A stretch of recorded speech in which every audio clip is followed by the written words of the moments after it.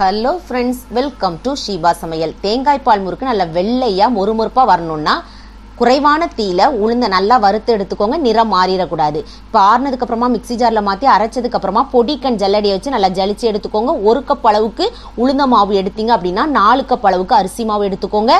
இதில் எள்ளு சேர்த்துக்கோங்க. கொஞ்சம் ஓமத்தை கையை வச்சு கசக்கி சேர்த்துக்கோங்க. அப்படி இல்லைன்னா ஜீரகத்தோட கையை வச்சு கசக்கிட்டு சேர்த்துக்கிடலாம். பெருங்காயத்தூள், உப்பு சேர்த்துக்கோங்க. 1 ஸ்பூன் வனஸ்பதி, அப்படி இல்லைன்னா எண்ணெய், அப்படி இல்லைன்னா பட்டர் சேர்த்துக்கோங்க. இதில் ஏதாவது ஒன்று அதிகமாக சேர்த்தாவோட முறுக்கு நல்லா மொறுமொறுப்பாக தான் இருக்கும். ஆனால் எண்ணெயில் போட போச்சில் பிரிஞ்சு போயிடும், சுத்தம் போச்சிலே அத்து தான் வரும். இப்போ தேங்காய் பால் ஊற்றி நல்லா பிசைஞ்சு எடுத்துக்கோங்க. முறுக்கு மாவினுடைய பதம் நல்லா சாஃப்டா இருக்கணும். இப்போ மாவை முறுக்கச்சில எடுத்ததுக்கு அப்புறமா மீதி இருக்கிற மாவை நீங்க வாடாம பார்த்துக்கோங்க. அதாவது ஒரு காட்டன் துணியை தண்ணியில நனைச்சிட்டு புளிஞ்சிட்டு உதறி மூடி வச்சுட்டீங்கன்னா அந்த மாவு வாடாம இருக்கும். எண்ணெயினுடைய சூடு ரொம்பவே அவசியம். முதல்ல ஹை ஃப்ளேம்ல வச்சுக்கோங்க. அதுக்கப்புறம் மீடியம் ஃப்ளேம்ல வச்சு திருப்பி போட்டு எடுத்துட்டீங்கன்னா வெள்ளையே நல்ல மொறுமொறுப்பா தேங்காய் பால் முறுக்கு ரெடி.